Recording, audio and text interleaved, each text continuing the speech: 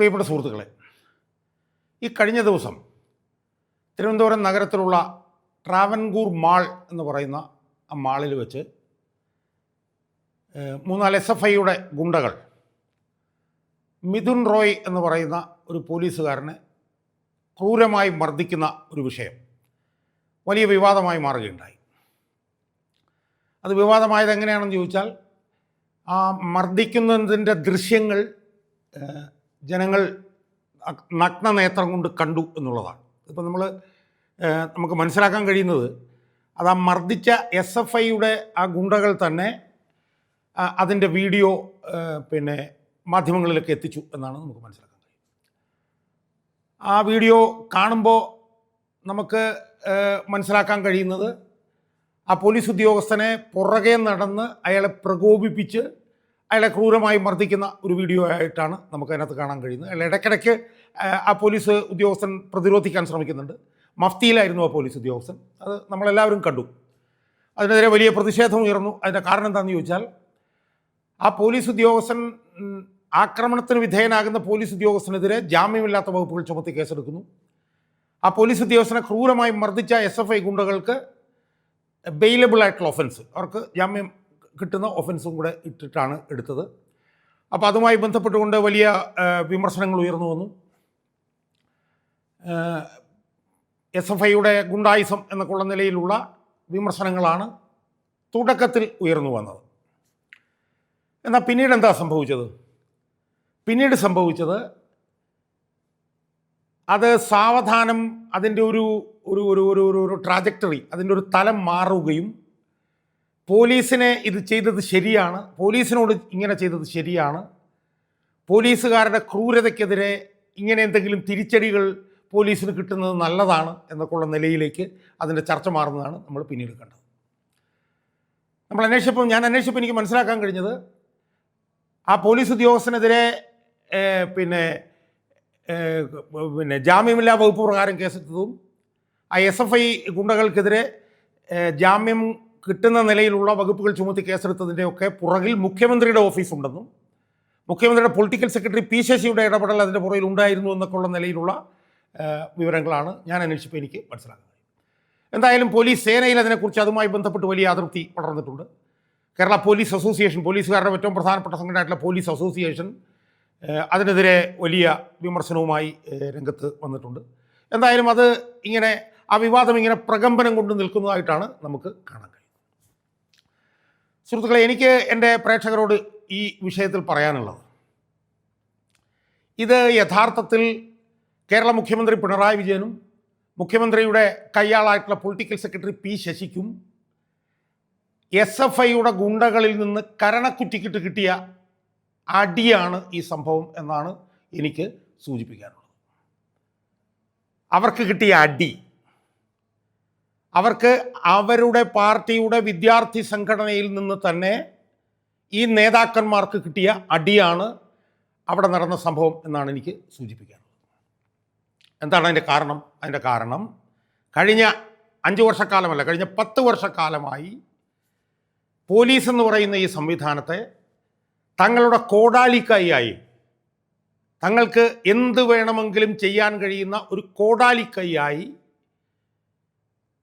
മുഖ്യമന്ത്രിയും മുഖ്യമന്ത്രിയുടെ പൊളിറ്റിക്കൽ സെക്രട്ടറിയും ഉപയോഗിച്ച് കൊണ്ടുവന്നതിൻ്റെ ഒരു തിരിച്ചടിയാണ് അവർക്ക് അവരുടെ വിദ്യാർത്ഥി സംഘടനയിൽ നിന്ന് തന്നെ തിരിച്ചു കിട്ടിയത് എന്ന് മനസ്സിലാക്കാൻ നമുക്ക് കഴിയണം എന്നാണ് എനിക്ക് സൂചിപ്പിക്കുന്നത്. ഈ പോലീസ് ഉദ്യോഗസ്ഥൻ തന്നെ കഴിഞ്ഞ പുതുവത്സര ദിനത്തിൽ കോളത്ത് വെച്ചിട്ട് ക്രൂരമായി വിദ്യാർത്ഥികളെ മർദ്ദിക്കുന്നതിൻ്റെ വിഷ്വൽസ് പുറത്തു വന്നിട്ടുണ്ട്. ആ പോലീസ് ഉദ്യോഗസ്ഥൻ വന്നിട്ട് ശരിയായാലും തെറ്റായാലും തലക്കിട്ട് അടിക്കുകയാണ് ചെയ്യുന്നത്. ഒരു വിദ്യാർത്ഥി ഉടനെ തന്നെ താഴോട്ട് വീഴുന്നതൊക്കെ നമ്മൾ കണ്ടു. പോലീസ് ഉദ്യോഗസ്ഥന്മാർക്ക് ഈ പറഞ്ഞ പോലെ പ്രകോപനം ഉണ്ടായാൽ അതിനെയൊക്കെ പ്രതികരിക്കാനുള്ള അവകാശാധികാരങ്ങളുണ്ട്. പക്ഷേ എന്തു തോന്നിയവാസവും കാണിക്കാനുള്ള അവകാശാധികാരവും സർട്ടിഫിക്കറ്റും ഒന്നും ഒരു ഭരണഘടനയും പോലീസുകാർക്ക് കൊടുത്തിട്ടില്ല എന്ന് നമ്മൾ മനസ്സിലാക്കണം. കഴിഞ്ഞ ഒരു 10 വർഷക്കാലമായി എത്രയോ മാരകമായിട്ടുള്ള തല്ലിച്ചതയ്ക്കലുകൾ ഈ പോലീസ് ഉദ്യോഗസ്ഥന്മാർ നടത്തിയിട്ടുണ്ട്. അതെല്ലാം നടത്തിയത് എങ്ങനെയാണ്? അതെല്ലാം നടത്തിയത് ഇവിടുത്തെ ഭരണ നേതൃത്വം നിൽക്കാൻ പറഞ്ഞാൽ ഇരിക്കുകയും ഇരിക്കാൻ പറഞ്ഞാൽ കിടക്കുകയും കിടക്കാൻ പറഞ്ഞാൽ ഉരുളുകയും ചെയ്തുകൊണ്ടല്ലേ ഈ പോലീസ് ഉദ്യോഗസ്ഥന്മാർ ഇത് മുഴുവൻ ചെയ്തിട്ടുള്ളത്. എത്രയോ പേരെ തല്ലിച്ചതച്ചിരിക്കുന്നു. എത്രയോ പേർ SFIയുടെയും CPMൻ്റെയും DYFIയുടെയും ഒക്കെ ഗുണ്ടകളുടെ തല്ലിച്ചതയ്ക്കൽ നടക്കുമ്പോൾ പോലീസുകാർ നോക്കി നിന്നിരിക്കുന്നു, മ്യൂട്ട് സ്പെക്ടേറ്റേഴ്സായിട്ട് നിന്നിരിക്കുന്നു.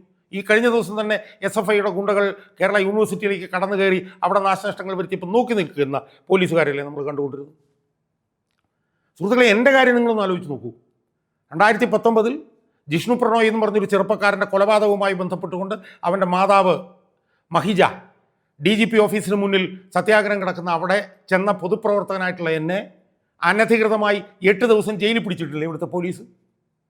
ഈ കഴിഞ്ഞ സെപ്റ്റംബർ 26 ഒരു കാരണവുമില്ലാതെ എൻ്റെ വീട്ടിൽ നിന്ന് ഭരണഘടനയുടെയും നിയമം മുഴുവൻ ലംഘിച്ചുകൊണ്ട് പോലീസിനെ അറസ്റ്റ് ചെയ്തുകൊണ്ട് പോയില്ലേ?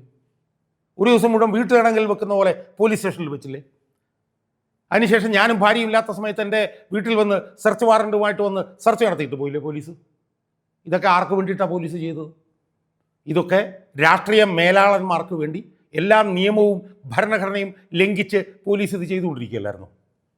ആ ചെയ്ത പോലീസിന് അവരുടെ തന്നെ വിദ്യാർത്ഥി സംഘടനയിൽ നിന്ന് ഇപ്പോൾ SFIക്കാർ ഈ ചെയ്തതിനെ ഒന്നും ഞാൻ 1% പോലും ന്യായീകരിക്കുന്നില്ല. SFIക്കാർക്ക് അയാളോട് പകയുണ്ടായിരുന്നു എന്നാണ് പറയുന്നത്. പകയുണ്ടായിരുന്നെങ്കിൽ നിയമത്തിന് വഴി കൂടെ വേണമായിരുന്നു SFIക്കാർ പോകാൻ. അതിന് വരെ SFIക്കാർ എന്താ ചെയ്തത്? പച്ചയ്ക്ക് ചെന്ന് പരസ്യമായി ഒരു പോലീസുകാരനെ അടിച്ച് ചവിട്ടിക്കൂട്ടുകയും അതിൻ്റെ വീഡിയോ എടുത്ത് അപ്ലോഡ് ചെയ്യുകയും ചെയ്യുന്നതും ഒരു കാരണവശാലും അംഗീകരിക്കാൻ പറ്റില്ല. അത് ഭരണവിരുദ്ധവും ഭരണഘടനാ വിരുദ്ധവും നിയമവിരുദ്ധവുമാണ്. പക്ഷേ ഈ അവസ്ഥയിലേക്ക് എത്തിച്ചത് ഇവിടുത്തെ ഭരണ നേതൃത്വമല്ലേ? ഇവിടുത്തെ ഭരണ നേതൃത്വം ഈ കേരളത്തിലെ പോലീസിനെ അവരുടെ കയ്യാളുകളായി മാറ്റി. അവർക്ക് എന്ത് വേണമെങ്കിലും അത് ചെയ്യാനുള്ള കോടാലിക്കൈയായി പോലീസിനെ അധപ്പതിച്ചതിൻ്റെ തിരിച്ചടിയല്ലേ ഇപ്പം അവരുടെ വിദ്യാർത്ഥി സംഘടനയിൽ നിന്ന് തന്നെ ഈ പോലീസിന് കിട്ടിക്കൊണ്ടിരിക്കുന്നു. അതുകൊണ്ട് കൂടുതൽ ഞാൻ ഇതിൻ്റെ വിശദാംശങ്ങളിലേക്ക് ഞാൻ പോകുന്നില്ല. എനിക്ക് സൂചിപ്പിക്കാനുള്ള പ്രധാനപ്പെട്ട കാര്യം എന്ന് പറയുന്നത് ഈ കുടത്തിൽ നിന്ന് ഭൂതത്തിനെ പുറത്തിറക്കി വിട്ട പോലത്തെ ഒരവസ്ഥയാണ് ഇപ്പോൾ ഉണ്ടായിരിക്കുന്നത് എന്നുള്ളതാണ്.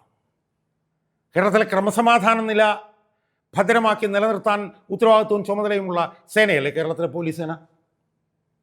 ആ പോലീസ് സേനയെ ക്രമസമാധാന പാലനത്തിന് ഉപയോഗിക്കുന്നതിന് പകരം തങ്ങളുടെ പാർട്ടി വളർത്താനും തങ്ങളുടെ നിക്ഷിപ്ത താല്പര്യങ്ങൾ നടപ്പിലാക്കാനും തങ്ങളുടെ സ്വാർത്ഥ താല്പര്യങ്ങൾ നടപ്പിലാക്കാനും ഭരണ നേതൃത്വം എത്ര നാണംകെട്ട രീതിയിലാണ് ഉപയോഗിച്ചു കൊണ്ടിരുന്നത് എന്നതിൻ്റെ ഏറ്റവും പുതിയ ഉദാഹരണമല്ലേ ഇപ്പോൾ സംഭവിച്ചിരിക്കുന്നത്. അവർക്ക് തന്നെ തിരിച്ചടി കിട്ടിയിരിക്കുന്നത്. ഈ പോലീസ് ഉദ്യോഗസ്ഥനെതിരെ SFIക്കാർ തന്നെ നേരിട്ട് മുഖ്യമന്ത്രിയുടെ ഓഫീസിൽ കൊണ്ടുപോയി ഈ പോലീസുകാരൻ അനധികൃതമായി ആക്രമണം നടത്തുന്നതിൻ്റെയൊക്കെ വീഡിയോ ദൃശ്യങ്ങൾ ഉൾപ്പെടെ ഈ SFIയുടെ നേതൃത്വം മുഖ്യമന്ത്രിയുടെ ഓഫീസിൽ കൊണ്ടുവന്ന് സമർപ്പിച്ചാണെന്നാണ് പറയുന്നത്. ഒരു നടപടിയും ഈ മിഥുൻ റോയ് എന്ന് പറഞ്ഞ ഉദ്യോഗസ്ഥനെതിരെ ഉണ്ടായില്ല. ഈ ഉദ്യോഗസ്ഥനെതിരാണ് നാട്ടുകാർ മുഴുവൻ ഈ ഉദ്യോഗസ്ഥനെതിരാണെന്നാണ് പറയപ്പെടുന്നത്. പക്ഷേ ആ ഉദ്യോഗസ്ഥൻ്റെ ഒരു രോമത്തെ പോലും ഇവിടെ തൊട്ടില്ല. അയാൾ സ്വതന്ത്രനായി നടന്നിട്ട് അവസാനം എന്ത് സംഭവിച്ചു? CPMൻ്റെ പിണറായി വിജയൻ്റെ പാർട്ടിയുടെ വിദ്യാർത്ഥി സംഘടനയായിട്ടുള്ള SFIക്ക് തന്നെ SFIയുടെ ഗുണ്ടകൾക്ക് തന്നെ ഇയാളെ പരസ്യമായി ആക്രമിക്കേണ്ടി വന്നു. ഇവിടെ പോലീസ് അസോസിയേഷൻ ഇപ്പോൾ ഈ പോലീസ് ഉദ്യോഗസ്ഥന് വേണ്ടിയിട്ട് രംഗത്തിറങ്ങിയിട്ടുണ്ട്. ഞങ്ങൾ ഈ മിഥുൻ റോയ്ക്ക് പുറകിൽ അണിനിരക്കും എന്നൊക്കെയാണ് ഈ പോലീസ് അസോസിയേഷൻ പറയുന്നത്. ആ പോലീസ് അസോസിയേഷൻ്റെ പോലീസ് ഉദ്യോഗസ്ഥന്മാർ തന്നെയല്ലേ ശശി പറഞ്ഞത് കേട്ടിട്ട് ഈ പോലീസ് ഉദ്യോഗസ്ഥനെതിരെ ജാമ്യമില്ലാ വകുപ്പ് പ്രകാരം കേസെടുത്തത്? അപ്പോൾ ഈ പോലീസിൻ്റെ സംഘടനകളും ഇതിനെക്കുറിച്ചിട്ട് ചിന്തിക്കണ്ടേ? ഞാൻ ചോദിക്കട്ടെ, ഇപ്പോൾ ഈ പോലീസുകാരന് അനുകൂലമായി വന്നിരിക്കുന്ന സംഘടന നിയമവിരുദ്ധമായി പൊതുപ്രവർത്തനമായിട്ടുള്ള എന്നെ 8 ദിവസം പിടിച്ച് ജയിലിലിട്ടപ്പോൾ ഏത് മാളത്തിൽ വിളിച്ചിരിക്കുകയായിരുന്നു? ഈ പോലീസ് അസോസിയേഷനിലുള്ള പോലീസ് ഉദ്യോഗസ്ഥന്മാരല്ലേ അകാരണമായി നിയമവിരുദ്ധമായി ഭരണഘടനാ വിരുദ്ധമായി എൻ്റെ വീട്ടിൽ വന്ന് എന്നെ അറസ്റ്റ് ചെയ്തുകൊണ്ട് പോയത്? ആ സമയത്ത് ഈ പോലീസ് അസോസിയേഷൻ എവിടെയായിരുന്നു? അപ്പോൾ അതുകൊണ്ട് ഭരണാധികാരികൾ പറയുമ്പോൾ അവരുടെ താളത്തിന് പോലീസ് തുള്ളുമ്പോൾ അവർക്കും മസ്തകത്തിന് അടി കിട്ടും എന്ന് അവർ മനസ്സിലാക്കിയാൽ അവർക്ക് നല്ലത്. അതുകൊണ്ട് തന്നെയാണ് SFI എന്ന് പറഞ്ഞ സംഘടനയിൽ നിന്ന് തന്നെ ആ സംഘടനയുടെ ഗുണ്ടകളിൽ നിന്ന് തന്നെ പോലീസുകാർക്ക് ഇപ്പം അടി കിട്ടിയിരിക്കുന്നത്. ഇത് ഇവിടുത്തെ ഭരണാധികാരികൾക്ക് എത്രയായാലും മനസ്സിലാവില്ല. കാരണം ഇവിടെ ഒരു മുഖ്യമന്ത്രിയുണ്ട്. ആ മുഖ്യമന്ത്രി പോലീസ് എന്ത് ചെറ്റത്തരം കാണിച്ചാലും ആ പോലീസിനെ തലോടുക മാത്രമേ ചെയ്യുകയുള്ളൂ. പോലീസ് എന്ത് നീചമായ പ്രവർത്തനം നടത്തിയാലും ആ പോലീസിനെ തലോടുക മാത്രം ചെയ്യുന്ന ഒരു മുഖ്യമന്ത്രിയാണ് നമുക്കിവിടെയുള്ളത്. നമുക്ക് ഓർമ്മയില്ല, ഞാൻ 3-4 മാസങ്ങൾക്ക് മുമ്പ് തൃശ്ശൂർ ഒരു യൂത്ത് കോൺഗ്രസ്സുകാരനെ ചെവിക്കല്ലടിച്ച് പൊട്ടിക്കുന്ന CCTV ദൃശ്യങ്ങൾ പുറത്തു വന്നില്ലേ? കുറേ പോലീസ് ഉദ്യോഗസ്ഥന്മാർ എത്ര ക്രൂരമായും എത്ര നീചമായിട്ടുമാണ് ആ ചെറുപ്പക്കാരനോട് പെരുമാറിയത്. ഈ മുഖ്യമന്ത്രി എന്തെങ്കിലും പറഞ്ഞിട്ടുണ്ടോ?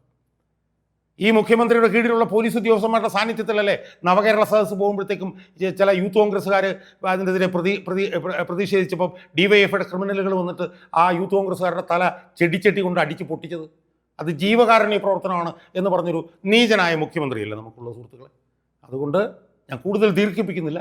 ഇത് മുഖ്യമന്ത്രിയുടെ തന്നെ SFI ഗുണ്ടകളിൽ നിന്ന് മുഖ്യമന്ത്രിക്കും പി ശശിക്കും അവരുടെ കരണക്കുറ്റിക്കിട്ട് കിട്ടിയിട്ടുള്ള അടിയാണ് എന്ന് അവർ മനസ്സിലാക്കണം. അവർ ഭൂതത്തെ കൂട്ടത്തിൽ നിന്ന് തുറന്നു വിടുകയാണ് ചെയ്തിട്ടുള്ളത്. അവരാണ് പോലീസിനെ ക്രിമിനലുകളാക്കിയത്. പോലീസിലെ ക്രിമിനൽ വൽക്കരണത്തിന് കൂട്ടുനിന്നത് അവരാണ്. അതുകൊണ്ട് അവർക്ക് അതിനുള്ള അടി അവരുടെ വിദ്യാർത്ഥി സംഘടനയിൽ നിന്ന് തന്നെ ആണ് കിട്ടിയത്. ഇത് ഇംഗ്ലീഷിൽ ഈ പറഞ്ഞതുപോലെ പൊയറ്റിക് ജസ്റ്റിസ് എന്ന് പറയും. മലയാളത്തിന് ഇതിന് കാവ്യനീതി എന്ന് നമ്മൾ പറയും. അതൊന്നും മനസ്സിലാക്കാത്ത മുഖ്യമന്ത്രിയാണ് ഇവിടെ ഭരിക്കുന്നത്.